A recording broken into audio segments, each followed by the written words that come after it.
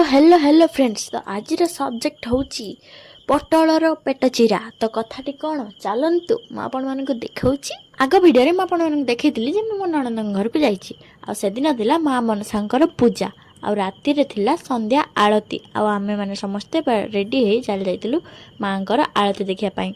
आपर किसी समय पर बातासा क्षीरा होता जोटा कि आम बंगाली मानकर कल्चर अच्छी। मुड़िया किंतु मो शाशुघर होती बंगाली। तापर माँ आलती देखी सारापर आम मैंने चली आसलु घर को। आ राति मुझे मुढ़ी आलू भजा टमाटर चटनी आ चिरा पटलर तरकारी।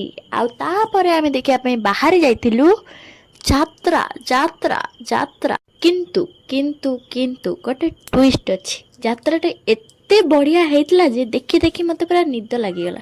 आईपाई मु घर को आसी चुपचाप शई पड़ी। तापर होता सकाळ आ मु सकाळ रेडी सेडी हो चली जाइली गेम फिबा पाई। आ लंच रे मु खाइली लंच लंच कहीदेली ओह सॉरी मु जानी को ब्रेकफास्ट कहती पार्टी बाहरी गला। ब्रेकफास्ट रे मु खाइली आलू भजा बैगण भजा आउ गोटे बीन्स भजा।